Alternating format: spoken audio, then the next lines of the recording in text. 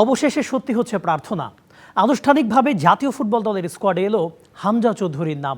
Asian cup বাছাইয়ে ভারতের বিপক্ষে match সামনে রেখে বাফুফের ঘোষিত ৩৮ জনের প্রাথমিক স্কোয়াডে আছেন আরেকজন প্রবাসী, তিনি ইতালির চতুর্থ বিভাগে খেলা ফাহমেদুল ইসলাম।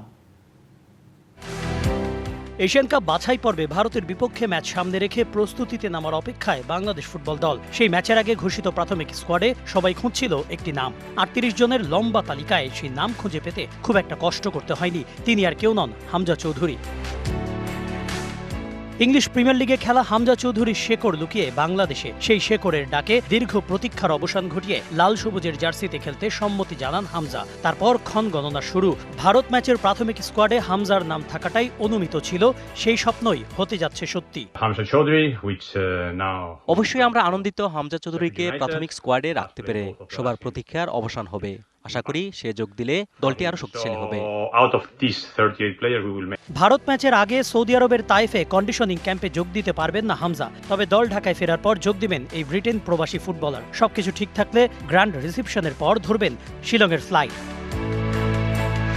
তবে প্রাথমিক স্কোয়াডে হামজা ছাড়াও দৃষ্টি কেড়েছে আরেকটি নাম, তিনি ফাহমেদুল ইসলাম। ইতালি প্রবাসী এই ১৮ বছর বয়সী ফুটবলার জন্মগ্রহণ করেন ফেনীতে। খেলছেন ইতালিয়ান চতুর্থ বিভাগের ক্লাব কালসিও অলবিয়াতে। কন্ডিশনিং ক্যাম্পে এই তরুণকে পরখ করে দেখতে চান কোচ হাভিয়ার ক্যাবরেরা। ফাহমেদুল ইসলাম খুবই তরুণ একজন ফুটবলার। ইতালিতে তার দারুণ অভিজ্ঞতা আছে। আশা করি তাকে আমরা পরখ করে দেখতে পারবো। প্রাথমিক স্কোয়াডে ৩৮ জনের মধ্যে সর্বাধিক ১৪ জন আছেন বসুন্ধরা কিংসের, ৮ জন ঢাকা আবাহনী এবং ৬ জন আছেন মোহামেডানের। আর দীর্ঘদিন ঘরোয়া ও প্রতিযোগিতামূলক ফুটবলের বাইরে থাকা অধিনায়ক জামাল ভুঁইয়াও আছেন প্রাথমিক স্কোয়াডে। Kanak Mahmud, DBC news. বিদ্রোহ করা ১৮ ফুটবলার ছাড়াই কমপক্ষে ৩৫ নারী ফুটবলারের সাথে চুক্তির সিদ্ধান্ত চূড়ান্ত করতে যাচ্ছে বাফুফে। তবে বিদ্রোহীদের জন্য চুক্তির আওতায় আসতে খোলা থাকছে বাফুফের দরজা। এদিকে রবিবার সভাপতি তাবিথ আওয়ালের উপস্থিতিতে গেল বছরের অডিট কার্যক্রম পর্যালোচনা করেছে বাফুফের ফিনান্স কমিটি। বুধবার ঢাকায় আসতে পারে ফিফার অডিট টিম।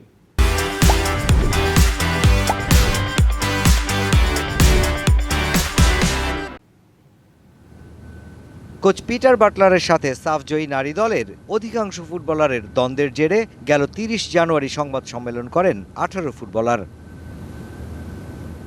বিষয়টি নিয়ে বাফুফের ৭ সদস্যের বিশেষ কমিটি তদন্ত শেষে সভাপতি বরাবর রিপোর্ট জমা দেবার পর বৃহস্পতিবার বিদ্রোহী ১৮ ফুটবলারের সাথে বৈঠক করে তাদের ট্রেনিংয়ে ফিরতে অনুরোধ জানালেও তা রাখেনি সাবিনারা।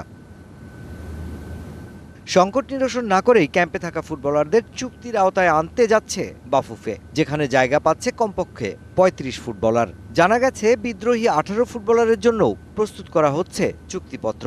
তবে তা পেতে বিদ্রোহীদের যোগ দিতে হবে কোচ পিটার বাটলারের অনুশীলনে। না, আজকে কোনো চুক্তি হবে কাউকে এখন করব, কাউকে পরে করব, কাউকে এই করব, এই হিসেবে আমরা এখন যাচ্ছি না। একটু গ্যাপ ছিল, তো গ্যাপটা পূরণ হয়ে যাচ্ছে।